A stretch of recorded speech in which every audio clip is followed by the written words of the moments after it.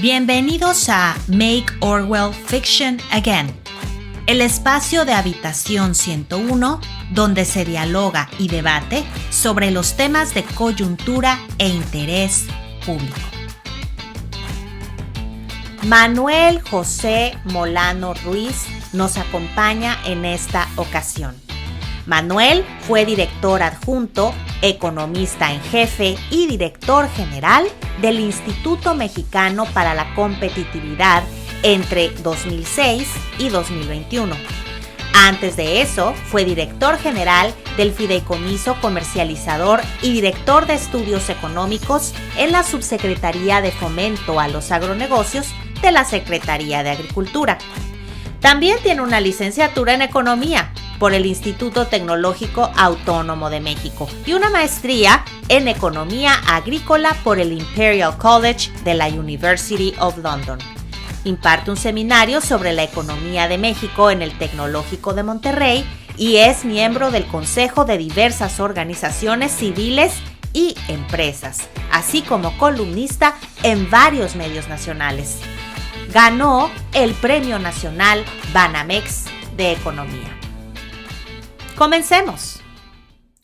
Bienvenidos a Make Orwell Fiction Again. Esta tarde tenemos a un invitado muy especial, como ya lo dijimos en la introducción, al señor Manuel Molano, uno de los economistas más reconocidos de nuestro país. En el verano de este año 2024, una gran leyenda dentro de la inversión a nivel mundial, Raymond Thomas Delio, cofundador del hedge fund más grande del mundo, Bridgewater, escribió un paper que habla sobre los grandes poderes del mundo, los grandes países poderosos del mundo en el 2024 y cuáles son sus fortalezas y sus debilidades para los inversionistas que estén interesados en invertir en diferentes países. Y en esta ocasión hemos invitado a Manuel para que nos ayude a comprender este complejo pero fascinante mundo de la inversión extranjera. Y también nos acompaña nuestro querido Óscar Constantino, quien también nos va a ayudar a realizar esta interesante entrevista. Buenas noches, Manuel, y buenas noches, Óscar. Bienvenidos a Make Orwell Fiction Again. Hola, Yuri. Hola, Óscar. Qué gusto estar con ustedes y pues es un tema que yo creo que seguramente en estos tiempos de inestabilidad política en todo el mundo es un tema que llena las mesas y que llena las discusiones en oficinas, en hogares, en todas partes, ¿no? Manuel, hola, muchas gracias. Perdón, Óscar. Bueno, para empezar, si me permiten, quisiera brevemente, Manuel, que nos dieras tu impresión en general de este paper que escribió Ray Dalio sobre la inversión y las fortalezas y debilidades de estos países, los más importantes a nivel mundial. ¿Nos podrías decir un poquito sobre tu impresión general sobre este documento? No, por supuesto, Yuri. Mira, yo creo que primero es interesante que solamente Ray Dalio toma en cuenta 24 países, ¿no? Y que en esos 24 países hay 3 de la región latinoamericana, ¿no? Brasil, Argentina y México, ¿no? A lo mejor habrá quien diga, oye, ¿en serio? ¿De verdad Argentina? Bueno, puede que sea algo de estridencia alrededor del gobierno actual y los cambios que están ocurriendo en Argentina con el gobierno de Javier Milei, pero 24 lugares en el mundo, wow, o sea, realmente los Perús de este mundo no pintan para Ray Dalio, las Nigerias de este mundo no pintan para Ray Dalio, ¿no? Y eso te pone a pensar. Claro, obviamente hay unos que no son tanto como países, son regiones grandes, ¿no? No podemos decir que la Unión Europea o Estados Unidos o Canadá son nada más un país, son regiones muy distintas y muy heterogéneas, ¿no? Pero son 24 lugares en el mundo. Yo creo que eso es lo primero que tendría que llamar nuestra atención. Segundo, me gusta este reporte, digo, más allá por la preferencia que tenga yo por Ray Dalio, porque pues, es un tipo inteligente. Me gusta este reporte porque es relativamente simple, ¿no?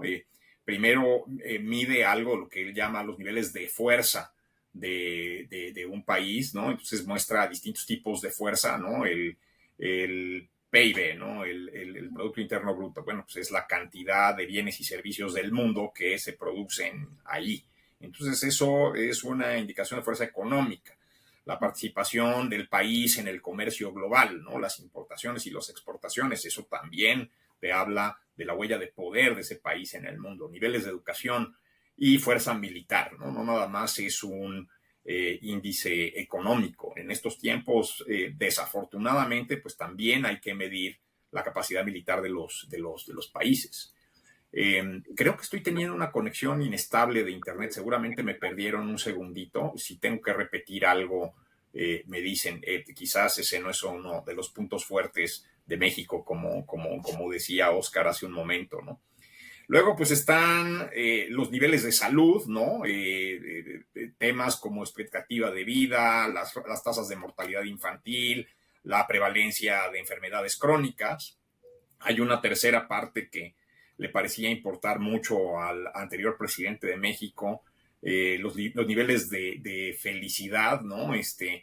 Tanto en encuestas como la satisfacción con la vida o cosas como las tasas de suicidio, como la gente reporta si disfruta o no disfruta su día a día.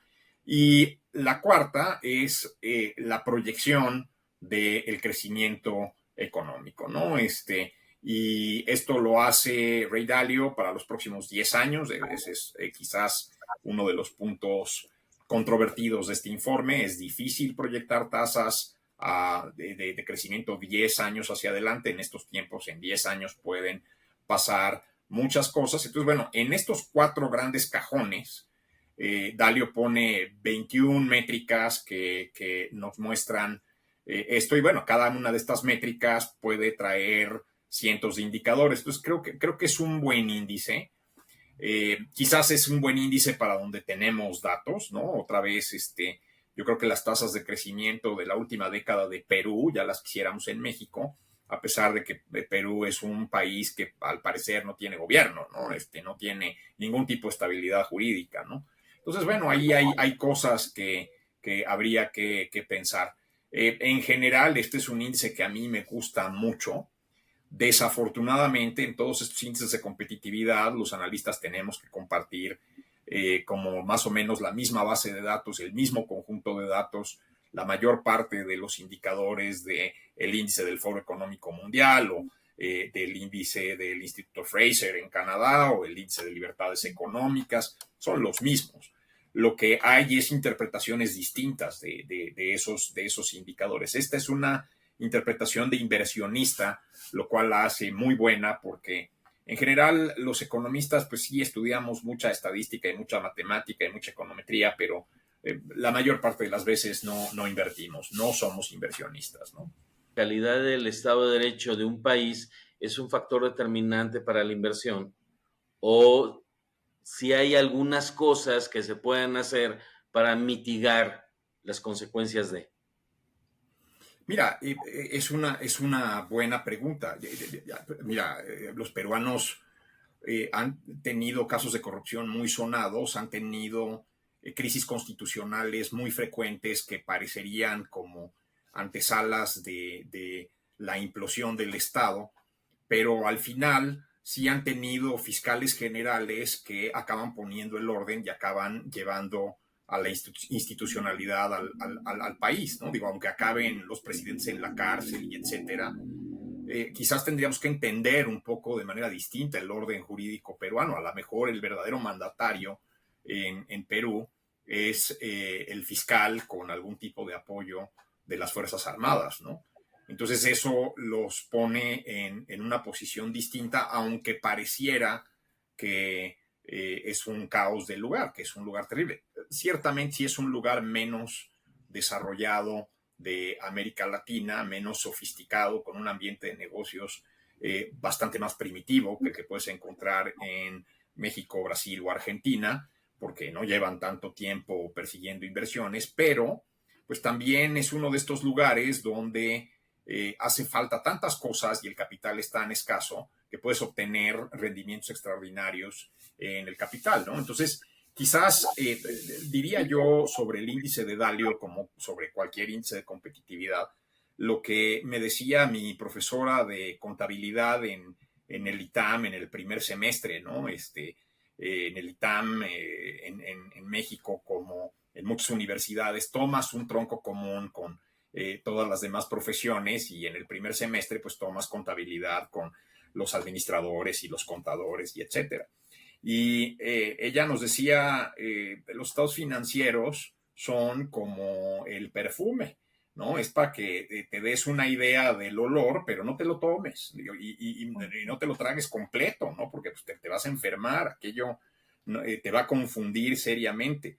Y probablemente eso pasa con cualquier análisis de este tipo, ¿no?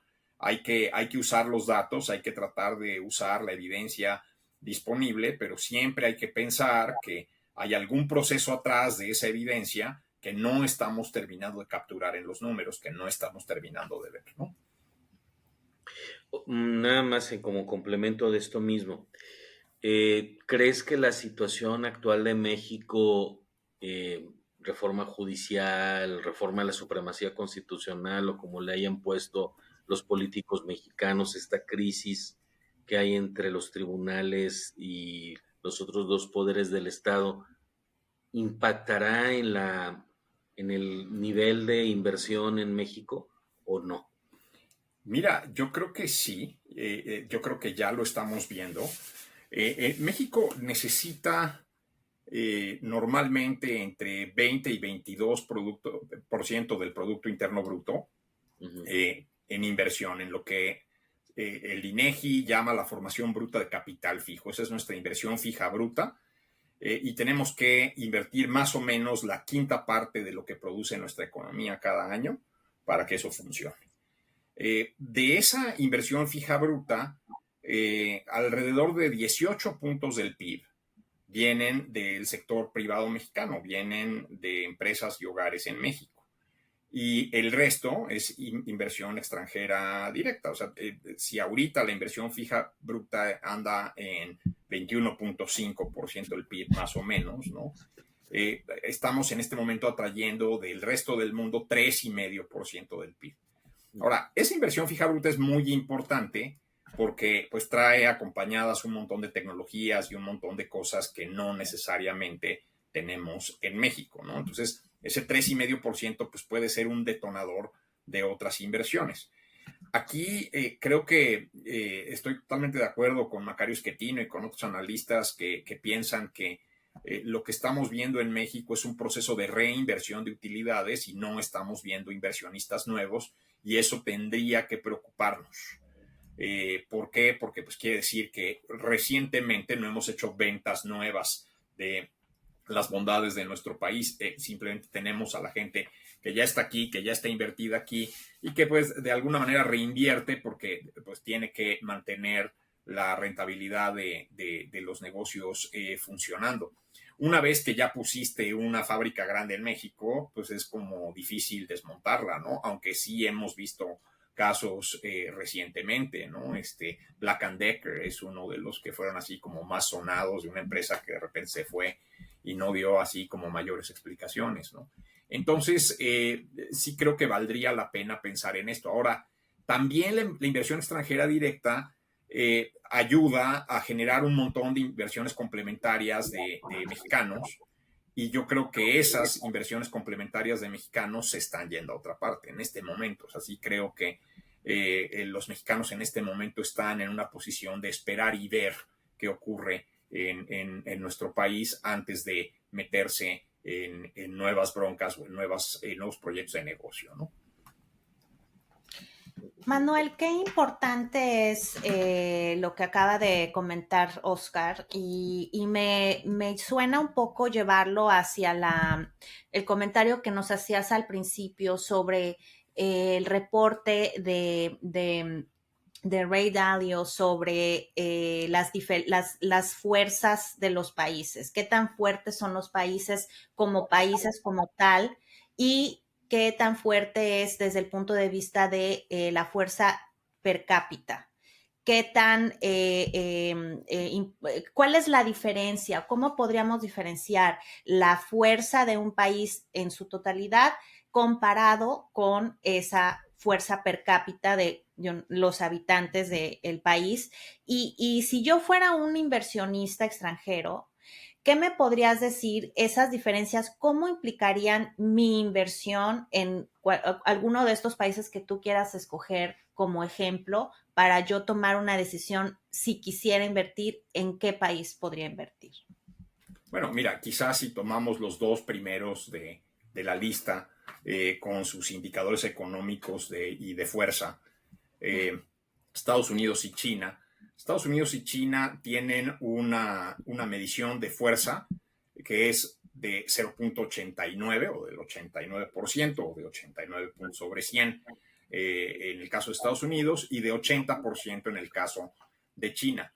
El siguiente país que está en esa lista está lejos. Está la eurozona, está la Unión Europea con 56%. Está bien abajo, bien abajo, ¿no?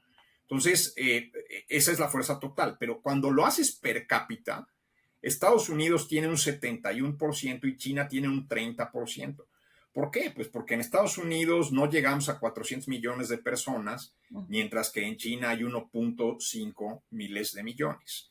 Es un paisote, ¿no? Entonces, a pesar de ser una economía muy grandota, tiene que repartir los frutos de esa economía entre un número de gente que es más de 3 veces más grande, ¿no? Digamos, hay otra comparación que normalmente es útil en este caso para que la gente en México dimensione. La economía de México y la economía del estado de la Florida son, en términos gruesos, economías del mismo tamaño. Son economías de 1.3 millones de dólares, el 1.3 trillion del que hablan los americanos en dólares, ¿no? Más o menos. Pero la diferencia es que pues, en México somos casi 130 millones de personas y Florida no llega a los 20 millones, ¿no? Entonces, realmente, a pesar de que la economía mexicana pueda ser muy fuerte y pueda atraer mucha inversión porque pues tiene más ciudades grandes y porque tiene más mano de obra y porque tiene más tierra disponible y porque puede que haya ahí otras condiciones como tratados de libre comercio y temas de sistema político que la hagan mejor que una economía estatal americana. Al final del día, en términos per cápita, una economía estatal americana, aunque sea un estado relativamente pobre de los Estados Unidos, seguramente va a estar en muy buenas condiciones per cápita comparado con México, ¿no? No sé, ¿no? Hay estados de la Unión Americana como Luisiana, hay estados de la Unión Americana como Alabama, hay estados de la Unión Americana como Mississippi, hay estados de la Unión Americana como Tennessee, a donde yo no me iría a vivir, ¿no? Digo, a lo mejor hay quien le gusta, ¿no? A lo mejor hay quien tiene que, si se puede ajustar a la cultura de esos lugares, probablemente mi aversión es un tema más cultural que racional, porque, pues, en Nueva Orleans voy a encontrar una oficina de patentes buena y un correo bueno y voy a encontrar instituciones de los Estados Unidos, ¿no? Pero aún así creo que son lugares que podrían ser miembros honorarios del tercer mundo si no fueran parte de los 48 estados continentales, ¿no? Uh-huh. Sí, bueno, y yo comentaba California, por ejemplo, que es un estado muy productivo. Creo que es el estado más fuerte, tú me corregirás si estoy mal, desde el punto de vista económico en Estados Unidos, pero es grande.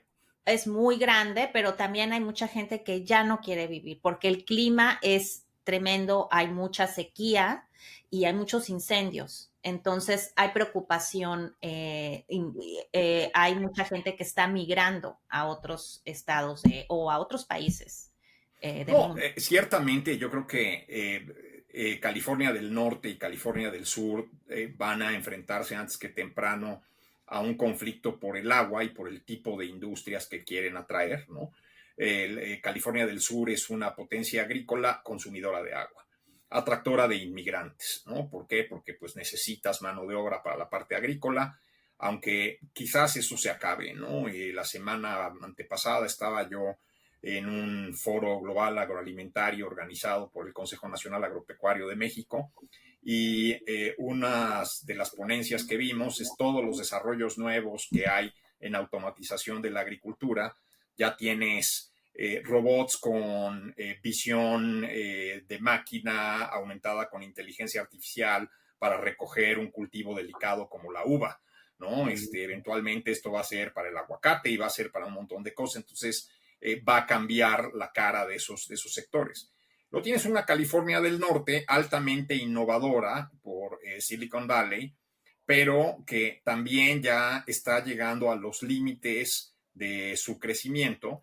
Y en general lo que tienes en la República de California son legislaturas que les encanta grabar la actividad económica y donde los impuestos son excesivos, la regulación ambiental es excesiva, es verdaderamente atroz como el gobierno de California ha asfixiado este potencial económico. Digo, ciertamente, si fueran un país, serían en tamaño la quinta economía del mundo, quizás la cuarta, ¿no? Pero, pues por otro lado, tienen todos estos problemas. Pues Sí, yo creo, Manuel, que tu aversión a Tennessee es porque no te gusta el Jack Daniels. No, o quizás me gusta demasiado. Perdón, ahora sí que es derivación de jalisciense. Oigo Tennessee y lo primero que pienso es en Jack Daniels y después en Tennessee Williams, que no tiene nada que ver con el bueno. pero los whiskies que producen son de la mejor calidad en Fíjate que a mí no mundial, me gusta el bourbon, ¿eh? O sea, ¿no? nunca. Yo soy de escocés o de whisky irlandés y bueno, o cualquier cosa que se parezca a esos dos. Pero bueno, fíjate, Manuel, que hay una inquietud que creo que es importante, sobre todo para la gente que no tiene conocimientos básicos de economía, y es cómo las medidas de orden interno y los conflictos externos, quiero pensar, por ejemplo, en las tensiones que tiene China y Estados Unidos, impactan en el clima de inversión en las economías más grandes. Es muy interesante pregunta porque, o sea, cuando tú ves, por ejemplo, el índice de Dalio, ¿no? Ujú. Te pide que seas cuidadoso respecto a la economía americana porque él siente que la economía americana ya está saturando las posibilidades de crecimiento futuro que tiene, mientras que en China, a pesar de que están creciendo poco relativo a lo que ha crecido China históricamente en los últimos 20 años, pues él la pone como en verde, ¿no? Que va a crecer a tasas del 4 y 4.3%, que eso es mayor que la economía americana. Sin embargo, China no es un país abierto a la inversión, ¿no? En China, para tener un lugar en la mesa, pues tienes que ser chino. Es un poco como en Brasil, ¿no? El Brasil es para los brasileños, ahí no hay más, ¿no? No hay ninguna otra posibilidad, ¿no? Entonces, sí creo que ahí hay cosas que valdría la pena pensar alrededor de el índice de Dalio. Ahora, si estás pensando en la eurozona o en Estados Unidos, probablemente sea mejor apuesta los Estados Unidos en este momento. De hecho, The Economist acaba de hacer un artículo largo, un especial, un reporte especial sobre la economía de los Estados Unidos y pues vaya, una de las conclusiones que ponen en el reporte, y si quieres ahorita lo repetimos, es todo este eslogan de la campaña de los republicanos MAGA, del señor Trump, de hagamos a América grande otra vez, pues una economía que está creciendo casi al 2% por año, con un ingreso per cápita de $85,000, pues no necesita ser grande otra vez, ya es grande, ¿no? Ya es bastante grande, ya es una economía pues que tiene un desempeño verdaderamente envidiable, ¿no? Ujú. Creo, Manuel, que a ti no te gusta Tennessee por culpa de Jack Daniels. Porque me gusta mucho. El problema es ese. Cualquier destilado, digamos, yo no soy tan fino como tú que solamente Macallan 20 y cosas de este tipo, ¿no? Pero de hecho hay un whisky de maíz mexicano oaxaqueño que está bastante bueno, ¿eh? Yo no soy tan de whiskies, fíjate, yo sí soy más de espíritus como los mexicanos, ¿no? De tequila, sobre todo mezcales, ¿no? Pero bueno, a ver, regresando a nuestro tema, ¿no? Estados Unidos, Ray Dalio tiene una perspectiva cuidadosa porque dice, en los próximos 10 años, esta es una economía que va a crecer 1.4% en total, 1.2% en términos per cápita, y el siguiente en la lista es China, y de ahí su perspectiva es optimista, dice, pues aquello va a crecer al 4% y al 4.3%, pero hay una diferencia fundamental entre China y los Estados Unidos, y es que China no es un país abierto en todos sus sectores a la inversión, como lo es Estados Unidos. En China tú puedes hacer ciertas operaciones manufactureras, ya no le gusta tanto a los americanos hacer operaciones manufactureras ahí porque les roban la propiedad intelectual y tienen otro tipo de complicaciones, pero quizás esa sí es una deficiencia grave del índice de Dalio, que no distingue entre países que son sociedades libres y donde tú puedes llevar tus capitales de cualquier tamaño, del tamaño que sean, y no los distingue de aquellos países que son autocracias y donde hay restricciones en el régimen de inversión. Estoy pensando en lugares como China, estoy pensando en lugares como Brasil, o sea, realmente Brasil en términos de negocios sí es Brasil para los brasileños. Estoy pensando en lugares como Arabia Saudita. Los prospectos para Arabia Saudita podrán ser maravillosos, pero si no eres de la familia real saudí y no eres musulmán, pues buena suerte, ¿no? No, realmente no creo que puedas invertir ahí, ¿no? Sí, yo creo que eso es muy interesante, Manuel, lo que nos comentas sobre la capacidad de los países para abrirse a la inversión, porque ciertamente esa diferencia es muy importante. La fuerza total de un país, pues puede ser mucha, pero si no hay la capacidad para invertir, entonces, ¿cuál es el objeto, no? Si es tan complicado. Y quiero decirte que Canadá pasó no al mismo extremo que China, pero Canadá, como tiene, sus provincias son bastante independientes, había provincias que permitían ya de por sí la inversión por ejemplo, en las corporaciones era posible invertir y había provincias en donde no, si eras extranjero. Entonces, por ejemplo, Ontario es una de las provincias que se acaban de abrir a la inversión extranjera, permitiendo que más del 25% del consejo de una corporación pueda ser de personas extranjeras y no tengan que ser canadienses, ¿no? Que no tengan que tener la nacionalidad canadiense. Pero quiero decirte que esto es relativamente reciente, no es muy viejo, ¿no? Estamos hablando de más o menos, diría yo, unos 5 años en donde se abrió más la puerta para que hubiera más facilidades de inversión de personas extranjeras que pudieran ser CEOs de corporaciones, que pudieran estar dentro del consejo de las corporaciones.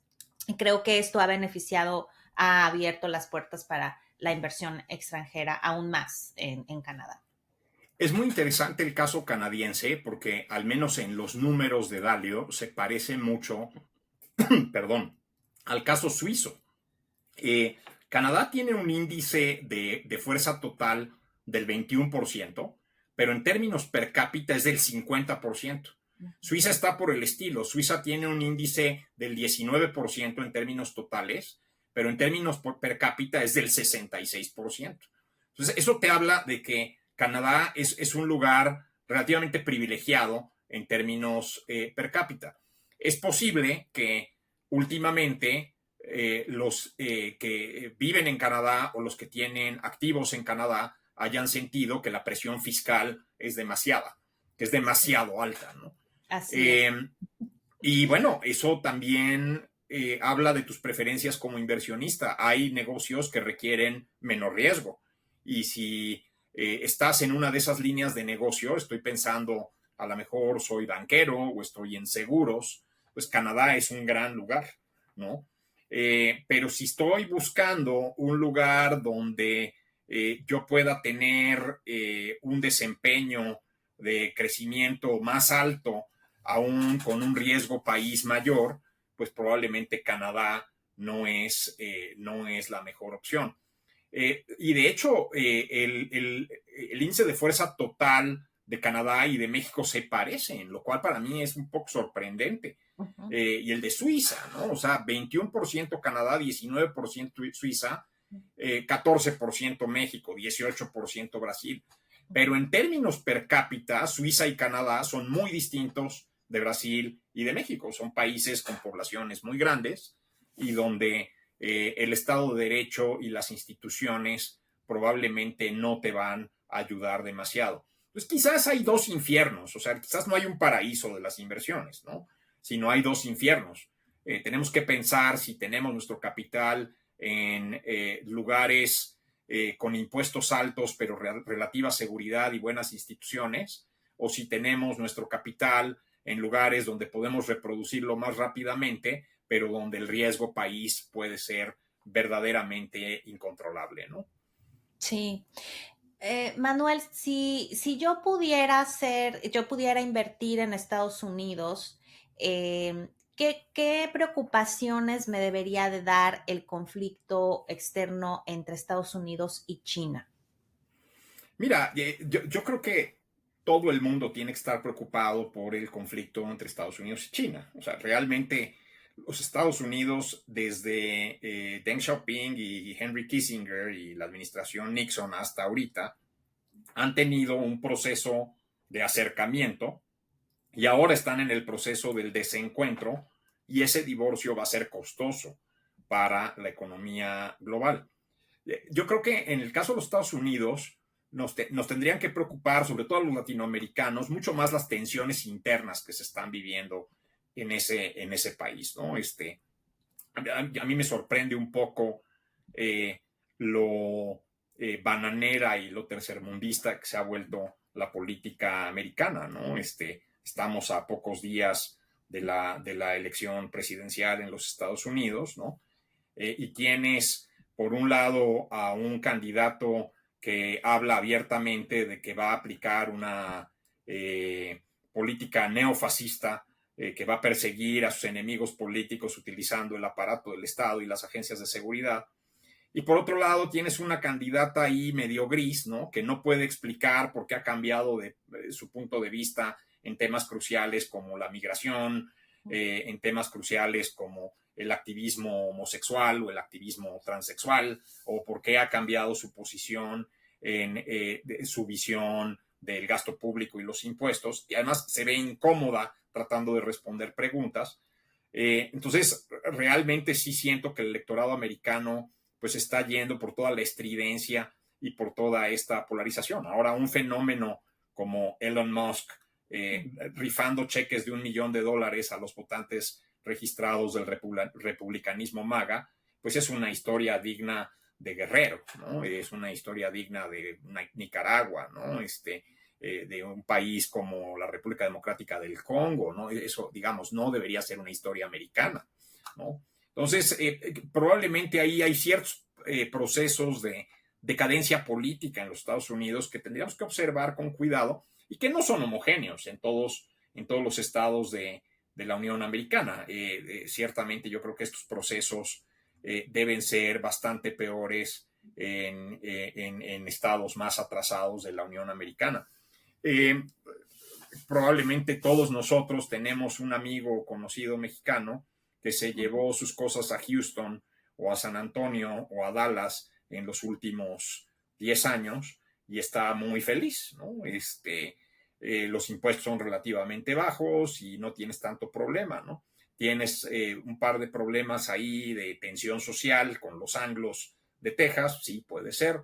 Tienes ahí algunas situaciones donde estas grandes ciudades, una ciudad grande petrolera como Houston, pues de repente a un chilango o a un guanato le parece que es como un pueblo quieto donde no hay absolutamente nada que hacer. Pero sí, también puedes ir al súper a las 12 de la noche y no pasa absolutamente nada, ¿no? Si es que está abierto.